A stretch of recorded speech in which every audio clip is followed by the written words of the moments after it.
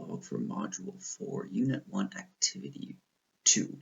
I'm going to be answering the question about how having an information-intensive environment, including various developmentally appropriate print and digital texts, can enhance student vocabulary. So, having a few different examples. I'll start with my own personal one. I remember in kindergarten, way back in the early 90s, my kindergarten teacher, she had us get these envelopes with brown pieces of paper, and we would write words on them, or she would write words for us on them, and we would collect them if we understood them and if we could spell them, and all that sort of stuff. And then the more we were able to collect, I don't know if we got a reward, but it was just more like a prideful thing. She played into our pride. But I remember that definitely helped my vocabulary expansion, especially at a young age. And growing up, I've still enjoyed expanding my own personal vocabulary. So how do I go back, tie that into the question? Well, if I had digital access in my classroom, if a student doesn't know a word, they will have easy access to the internet and like various websites like dictionary.com or thesaurus.com or Merriam-Webster.com, and they're able to get the definition of words. Some of them will even have sample sentences. Some of them will have the etymology of the words. Some of them will have synonyms or antonyms for them. And so they're able to expand their vocabulary quite easily in that regard because they can see words that are related to them.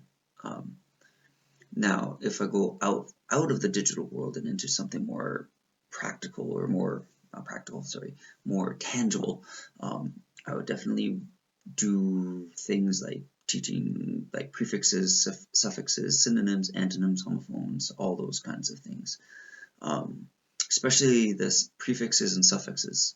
Those are extremely useful for students to know how to use them. And it also expands the vocabulary because then they can start realizing that we can turn these nouns into verbs and these verbs into adjectives, and how we can turn a noun into an adjective and how we can turn a verb into an adverb. And that just opens the world of creating or coining new words. And if they're using these prefixes and suffixes correctly, they can coin new words and they will still be understood, which is, a lot of fun for them. And they realize the fun of that. And then they want to learn more words and and how they can create new things. So if they're encouraged to do that, that also makes it easier for them to learn new words. And then they can also, if they get corrected in a classroom environment, it was like, well, that suffix doesn't really go with this word, but I understand what you're trying to say. Try this suffix instead. And then they can learn from that. Also, if they learn some of their synonyms, they can learn these two words, for example, mad and angry, are very similar in definition.